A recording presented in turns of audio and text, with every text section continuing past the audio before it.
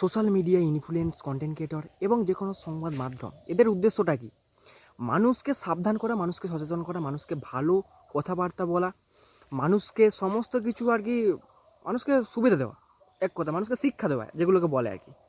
কিন্তু তার জায়গায় আমরা যদি পাই অশিক্ষা, আমরা যদি পাই যে অশিক্ষার মতো কখনো কোনো জিনিস, আমরা যদি আসল কথাটাই না পাই, আসল কাজটাই যদি না পাই, তাহলে এগুলোকে কি ফলো করে আমাদের কিছু হবে?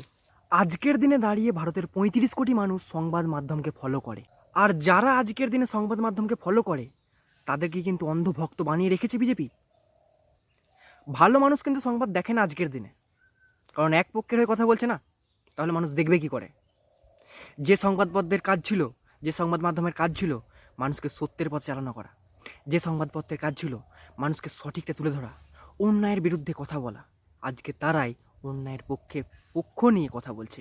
দেখুন, কালকে 2রা জুন গেছে, একটি ভিডিও ভাইরাল হয়েছে, মানে ইউটিউব শিক্ষকদের নিয়ে একটি সংবাদ মিডিয়া, একটি মাধ্যম খারাপ কথা বলে। यूट्यूब वाले स्टार टीचर्स जिनको कुछ जानना ना कौड़ी, कभी ब्लैक बोर्ड लेकर कुछ एक्सप्लेनर बनाते हैं, खाली व्यूज बटोरते हैं, उटपटांग ग्रैप्स लिखते हैं और उसके बाद से अपने आप को इतना महारथी समझने लगते हैं कि कुछ लोग শুধু একটি সংবাদ মাধ্যম নয়, পশ্চিমবঙ্গের রিপাবলিক বাংলা থেকে শুরু করে যে কোনো মিডিয়া, এর জন্য আজকে মানুষ প্রতিবাদ করতে বাধ্য হয়ে ইউটিউব, ফেসবুক, সোশ্যাল মিডিয়াকে ব্যবহার করছে। এই সোশ্যাল মিডিয়া আসার ফলে যে যার মতো করে মানুষ প্রতিবাদ করতে পারে। এই সোশ্যাল মিডিয়ার যুগে সরকারের কাছে মানুষের কথা সহজেই পৌঁছে যায়। আমি কিন্তু মোদির বিরুদ্ধে কথা বলছি না, আমি কিন্তু নিরপেক্ষ কথা বলছি।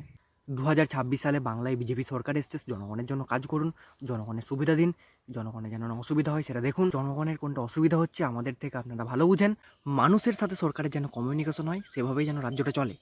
তবেই আপনারা একটা সঠিক রাজ্য, সুস্থ রাজ্য, সুষ্ঠু সবল রাজ্য গড়ে তুলতে পারবেন। না হলে কখনোই সঠিকভাবে রাজ্য চালাতে পারবেন না।